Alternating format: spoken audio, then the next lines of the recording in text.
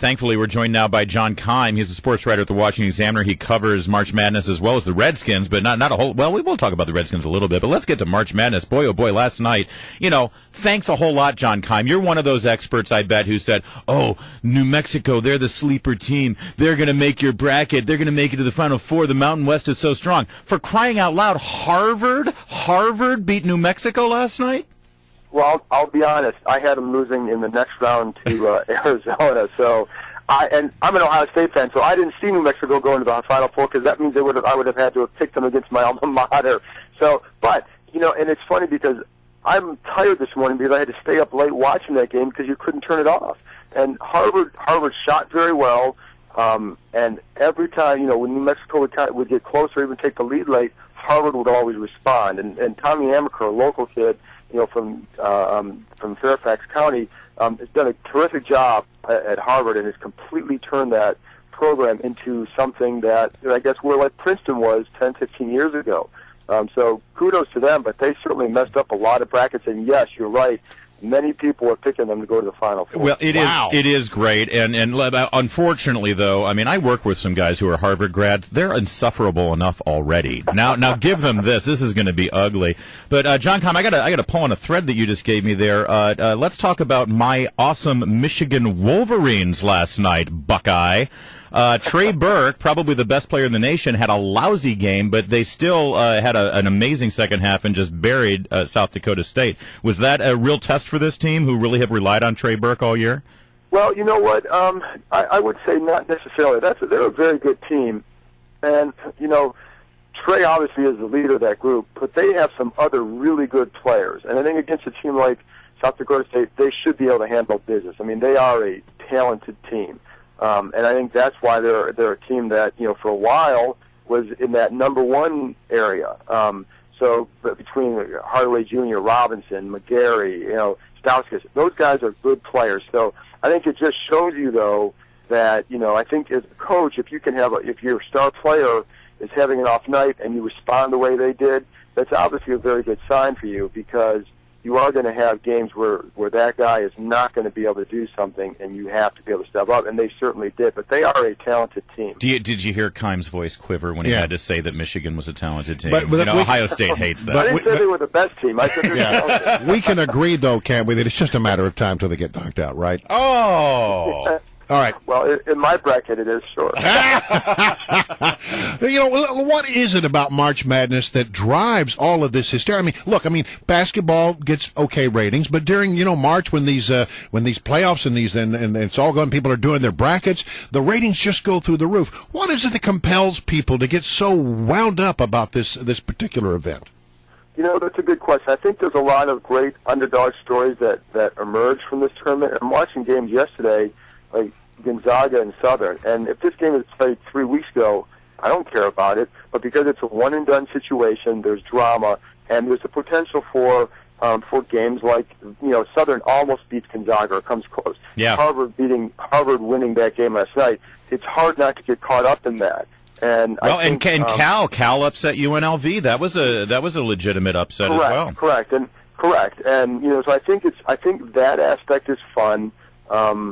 And I think that in essence is what captures people. Now, I will say, in the end, people still want to see the favorites down there. I think the deeper the tournament goes, my sense would be is like you want to see the favorites, you want to see the powers, but you like to see the upsets, because if you have too many of the Cinderella stories, it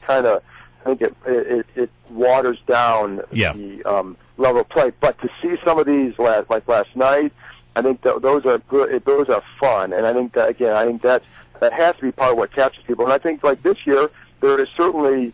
I think there are a lot of teams that can win this tournament. So I think that's going to the level of intrigue is up as well. John Keim, we want to ask you about the Redskins in a minute because we're football nuts, but really quickly, one of these teams that a lot of people are saying, one of the favorites that could win it is our local team, Georgetown. They play tonight against Florida Gulf Coast. Is there a danger of an upset there? And what do you think of Georgetown's? What do you think of the Hoyas' chances?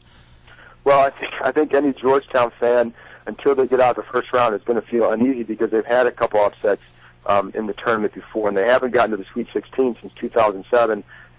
Clearly, they should win this game. I mean, Otto Porter, when you have a player like an Otto Porter, who many consider the best in the country, you need to be able to take that guy and ride him kind of far. And I certainly think they can make some noise in this tournament, and at least win a few. I mean, they should win a few games in this tournament, given the seeding they have. But I certainly think they're capable, and they're coming out of a very good conference, very good year, and they're a well-coached team. So you would expect them to be playing for several games in this tournament. Well, let me just poke you a little bit about the Redskins. We saw Shanahan come out the other day and say, RG3, he needs to take care of himself. Learn how to slide. He needs to learn how to slide. It almost is as if he was sort of, sending a message to his young quarterback, who's of course in the middle of rehabilitation right now, that look, you can't do this again. Any thoughts on that? Well, that has been a constant message that he has delivered from during the season too. So, and Robert knows that. The two times that Robert got hurt occurred because he was going for extra yards or trying to force a play. He got the concussion against Atlanta, should have gotten rid of the ball or slid out, gotten out of bounds or slid.